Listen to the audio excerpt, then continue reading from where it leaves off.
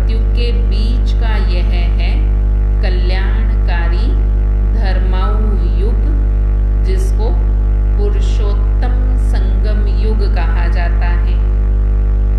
कलयुग और सत्युग के बीच का यह युग है पुरुषोत्तम युग, अर्थात उत्तम ते उत्तम मर्यादा पुरुषोत्तम बनने का यह युग है।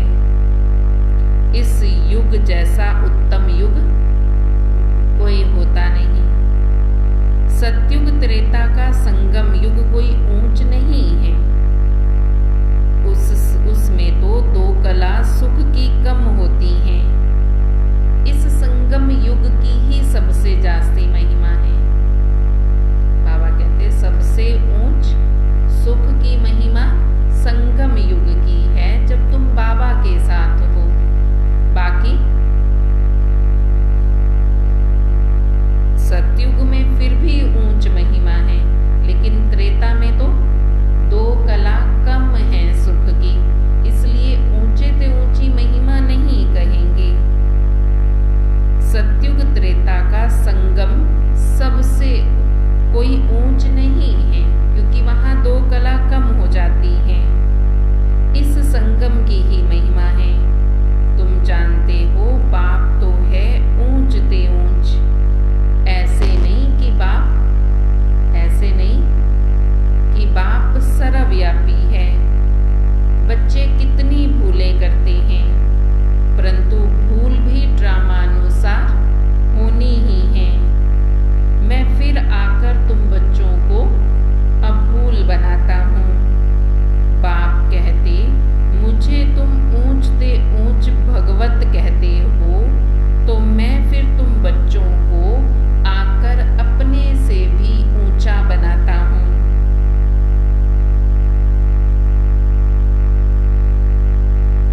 तब तो भगत याद करते हैं ना।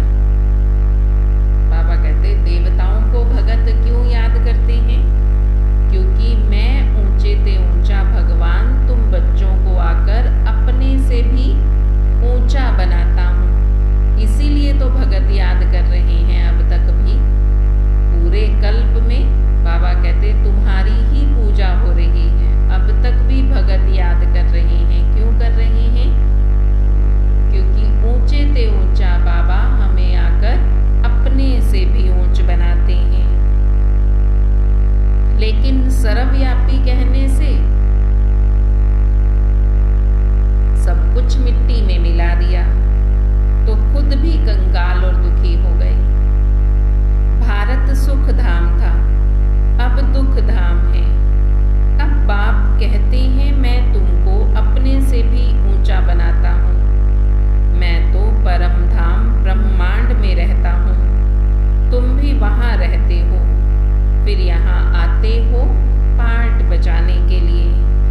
जानते हो ब्राह्मण है ऊंच ते ऊंच चोटी, तो ऊंचे ते ऊंचा शिव बाबा की क्या निशानी रखेंगे?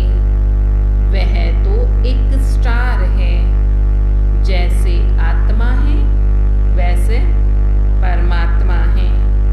कहते भी हैं, क्या कहते हैं? कहते भी हैं चमकता है अजब सितारा भ्रिकुटी के बीच में। आत्मा का रूप है ही स्टार, इसलिए कहते हैं भ्रिकुटी के बीच चमकता है अजब सितारा। वह ही सारा पार्ट बजाती है आत्मा। जो भ्रिकुटी के बीच में स्टार है, वही आत्मा को सारा पार्ट बजाना है। तुम बच्चे जान गए हो, यह अनादि अविनाशी बना बनाया ड्रामा है। इसमें सभी आत्माएं ब्रह्मांड निराकारी झाड़ में रहती हैं, जिसको निर्वाण धाम कहा जाता है। आत्माएं निराकारी दुनिया स्वीट होम में ऐसे आती हैं। अभी तो दुख धाम है। कितने पार्टीशन हैं। सतयुग में कोई पार्टीशन नहीं था, भारत ही ऊंच खंड था। बाप को ही सत्य अर्थात ट्रुथ कहा जाता है। बाबा कहते, मैं ही सचखंड स्थापन करने वाला बाप हूँ, इसलिए मुझे सत्य कहा जाता है।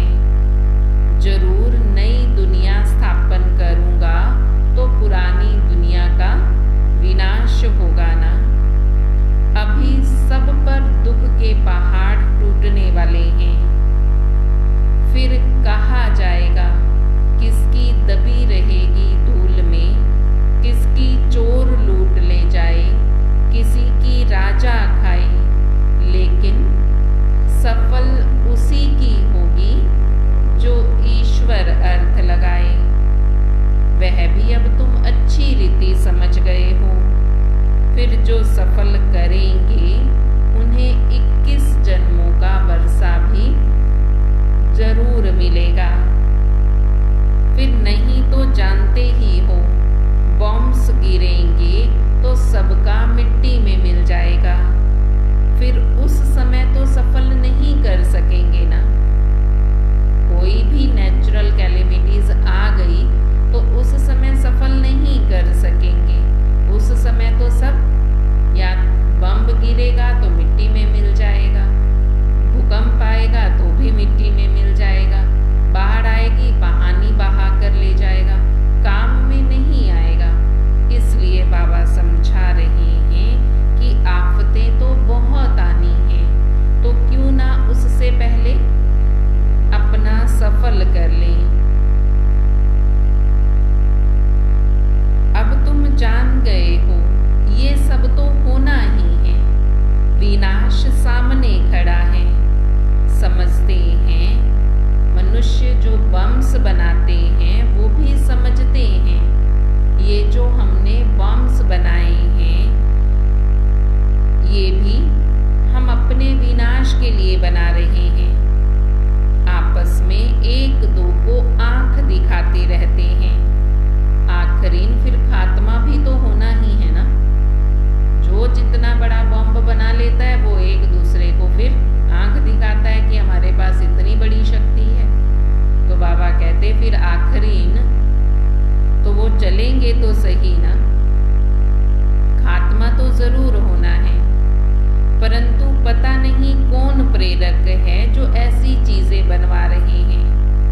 गीता में भी लिखा है, पेट से मुसल निकले, फिर सारी दुनिया खत्म हो गई। यह तो सारी बुद्धि की बातें हैं। बॉम्ब्स निकालते हैं अपने नेशन का विनाश करने के लिए। यादव, कौरव, पांडव 3 सेनाएं हैं ना। यादव कौरव लड़कर खत्म हो जाते हैं, बाकी पांडव बचेंगे। बाकी कौरव और पांडवों की कोई लड़ाई होती नहीं है। तुम्हारी किसी से युद्ध थोड़े ही है। तुम हो सच्चे पांडव। तुम किससे युद्ध नहीं कर सकते। तुम्हारी युद्ध तो सिर्फ विकारों से, 5 विकारों से, माया से है। तुम तो योग बल वाले राज ऋषि हो। सन्यासी हैं हठ योग ऋषि, वह है शंकराचार्य, और तुम हो शिवाचार्य। श्री कृष्ण आचार्य नहीं कहेंगे। वह अब नॉलेज ले रहा है फिर श्री कृष्ण बनने के लिए। यह राजधानी स्थापन हो रही है। तुम पतित कांटों से दैवी फूल बन रहे हो। गीत में भी सुना ना, आओ अजामिल जैसे पापियों का उद्धार करो। गाया भी जाता है, पतित पावन वही सतगुरु है, जो हमको नर से नारायण, नारी से लक्ष्मी समान बनाते हैं, राजाओं का राजा बनाते हैं। ये है हमारा, ये क्या है हमारा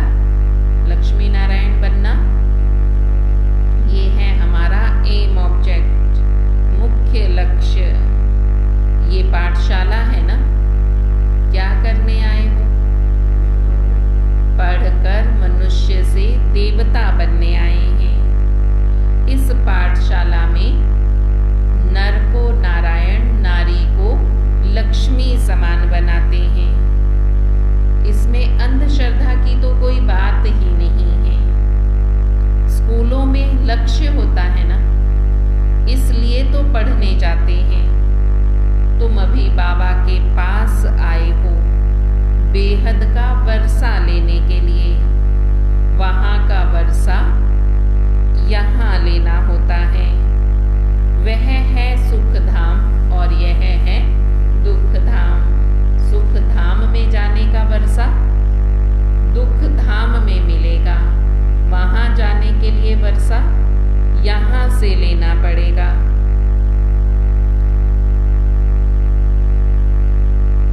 गीत में भी सुना, क्या सुना? मैं एक छोटा सा नन्हा सा बच्चा हूँ। आगे, तुम हो बड़े बलवान। फिर आगे, प्रभु जी मेरी लाज रखो। तो बाबा कहते तुम कितने छोटे बच्चे हो,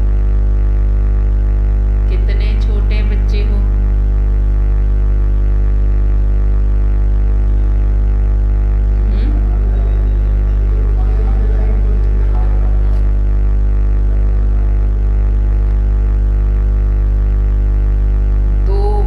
एक दिन का बच्चा, 2 वर्ष का बच्चा, कोई 25 वर्ष का, कोई 20 वर्ष का।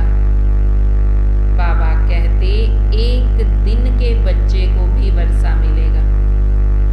चाहे कितने भी पुराने हैं, 20 वर्ष, 25 वर्ष, 50 वर्ष, चाहे एक दिन का बच्चा है तो वर्षा तो उसे भी मिलेगा। बेहद का बाप फिर भारत को हीरे जैसा बनाने आए हैं। सतयुग में कितने हीरे जवाहरातों के महल थे, बात मत पूछो। फिर जब भक्ति मार्ग शुरू हुआ तो पतित राजाएं बैठकर फिर वो मंदिर बनाने लगे।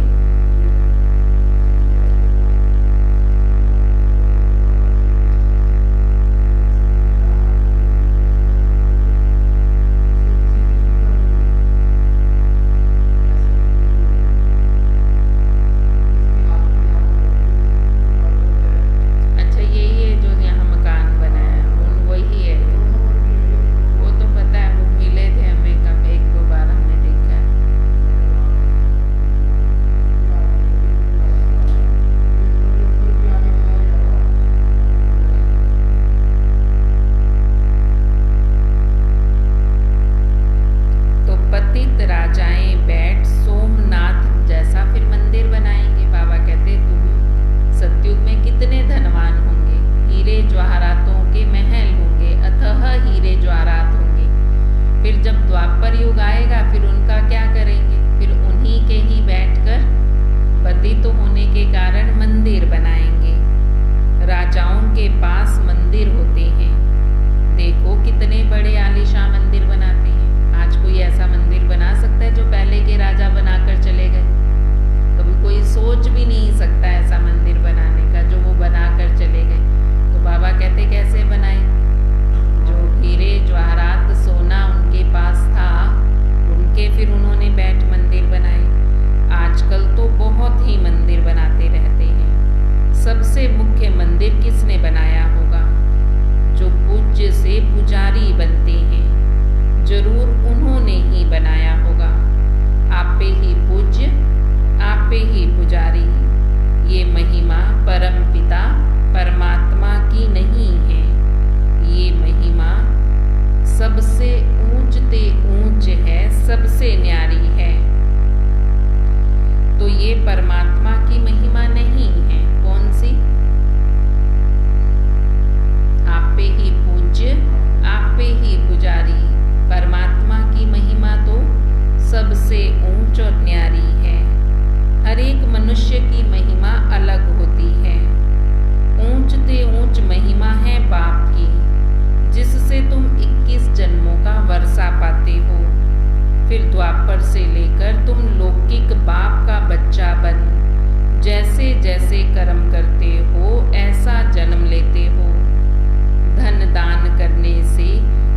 एक जन्म अल्पकाल सुख का वर्षा मिल जाता है। राजाएं भी तो रोगी बनते हैं ना। स्वर्ग में तुम रोगी नहीं बनते।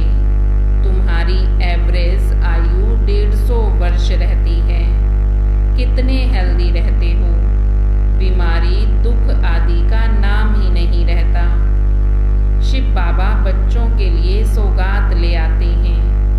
इसको हथेली पर बहिष्ठ कहा जाता है। पुरुषार्थ करना चाहिए। चाहे सूर्यवंशी बनो, चाहे चंद्रवंशी बनो, चाहे शाहूकार प्रजा, एम ऑब्जेक्ट तो है ना, श्री कृष्ण जैसा बनना है। बाकी श्री कृष्ण वाच तो कभी हुआ ही नहीं।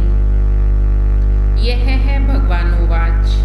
समझाया जाता है यह है रुद्र ज्ञान यज्ञ। राजस्व अर्थात स्वराज्य प्राप्त करने के लिए यह यज्ञ है। शास्त्रों में तो बड़ी कहानियां लिख दी हैं। बाप पर बलि चढ़ने से बाप फिर 21 जन्म बलि चढ़ते हैं। बाप तुम बच्चों को ऊंचे ते ऊंचा बनाते हैं। ऊंचे ते ऊंचे बाप के पास तुम बच्चे आए हो। ऊंच ते ऊंच प्रालब्ध बनाने के लिए। प्रालब्ध बनाने के लिए पुरुषार्थ तो करना पड़े ना। बगैर पुरुषार्थ के प्रालब्ध नहीं बन सकती। इसलिए बाप आज कह रहे हैं, बच्चे तुम्हारे पास तुम्हारा पुराना जो कुछ भी है उसे सफल करो। सफल करेंगे तब ही तो वर्षा पाएंगे ना। तुम बच्चे जानते हो हमारा परमपिता परमात्मा ब्रह्मांड का रहने वाला है। ब्रह्मांड के मालिक ठहरे ना। फिर तुम विश्व के मालिक बनते हो। मैं विश्व का मालिक नहीं बनता हूँ। तुमको बनाने के लिए आता हूँ। तुम कहते भी हो पतित पावन आओ, आकर हमें पावन बनाओ। फिर वह सर्वव्यापी कैसे ठहरा। सदगति दाता पतित पावन तो एक ही बाप है। इस समय सभी तमो प्रधान बन गए हैं। सतो रजो तमो में सबको पास होना ही है।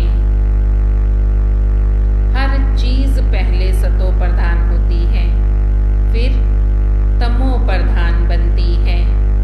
सतयुग में देवी देवताएं सतो प्रधान थे, फिर त्रेता में सतो बने, फिर द्वापर में रजो बने, फिर कलयुग में तमो बन गए। अब तो बिल्कुल तमो प्रधान शूद्र वर्ण में आ गए हैं। सतो राम राज्य क्षत्रिय वंश, रजो वैश्य वंश और तमो शूद्र वंश। विराट रूप में देवता क्षत्रिय वैश्य और शूद्र दिखाते हैं। बाप और ब्राह्मण गुम कर दिया है। तुम ब्राह्मण देवताओं से भी ऊंच हो, क्योंकि तुम भारत की ऊंचे ते ऊंची सेवा करते हो। तुम हो श्रीमत पर श्रेष्ठ ते श्रेष्ठ, ऊंच ते ऊंच भगवान की मत मिलती है, जिससे तुम भी श्री लक्ष्मी श्री नारायण बनते हो। श्री श्री शिव बाबा द्वारा फिर माया का प्रवेश होता है तो तुम असुर बन पड़ते हो। कल्प कल्प बाबा ऐसे आकर समझाते हैं। बाबा ने ज्ञान का कलश तुम माताओं पर रखा है, मनुष्य से देवता बनाने के लिए। सन्यासी तो माताओं को नरक का द्वार समझते हैं, उनकी निंदा करते हैं, फिर आकर उन्हीं माताओं से भीख मांगते हैं, तो फिर कर्ज चढ़ जाता है। इसलिए फिर उनको पुनर्जन्म भी उन्हीं गृहस्थियों के पास लेना पड़ता है। पुनर्जन्म नहीं लेते तो फिर इतने ढेर सन्यासी कहाँ से आते।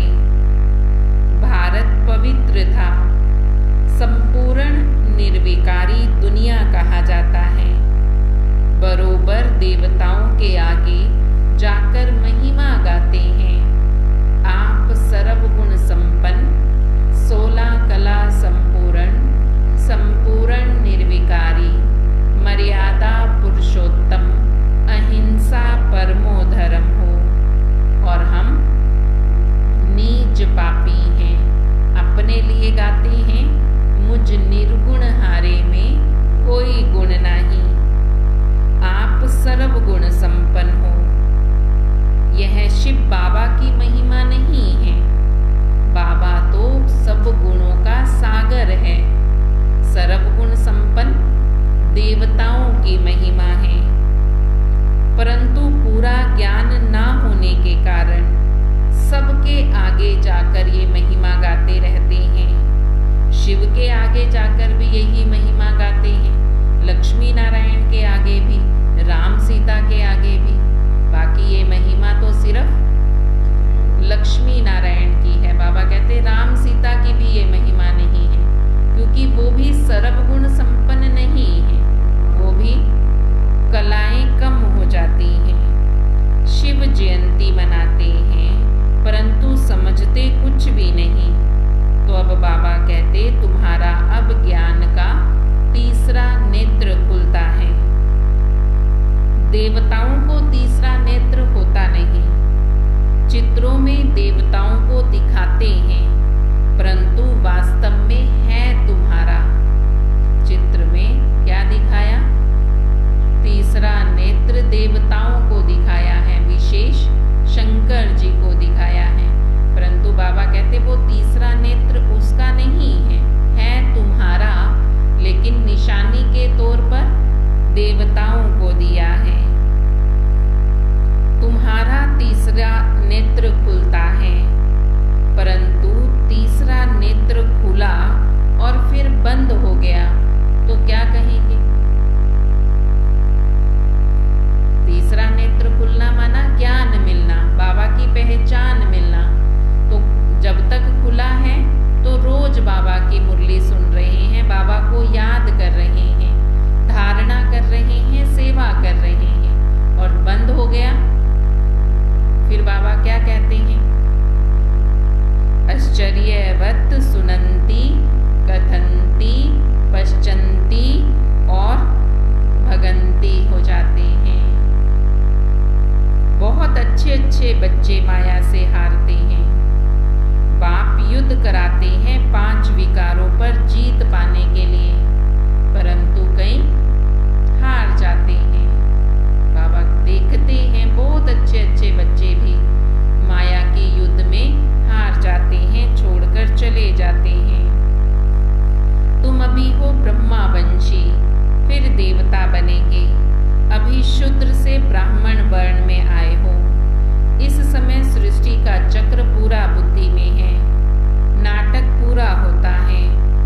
बाबा तुम्हें वापस घर ले चलने आए हैं। माया ने सबको पतित बनाया है।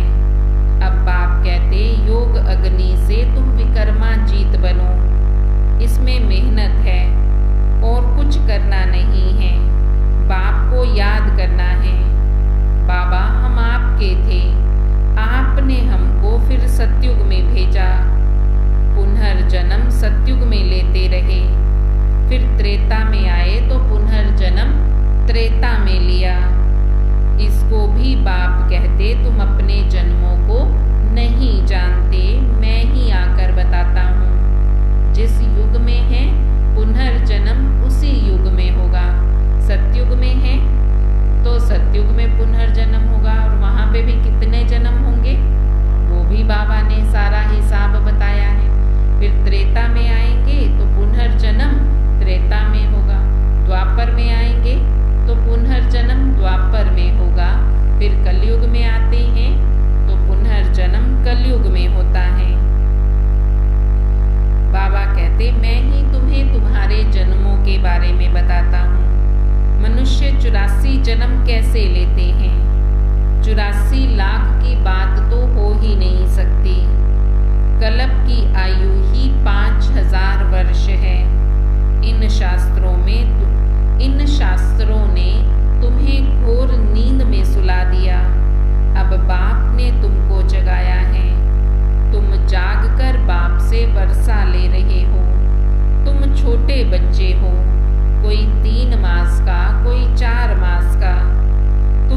ईश्वर के बनते हो तो फिर आप मुए मर गई दुनिया।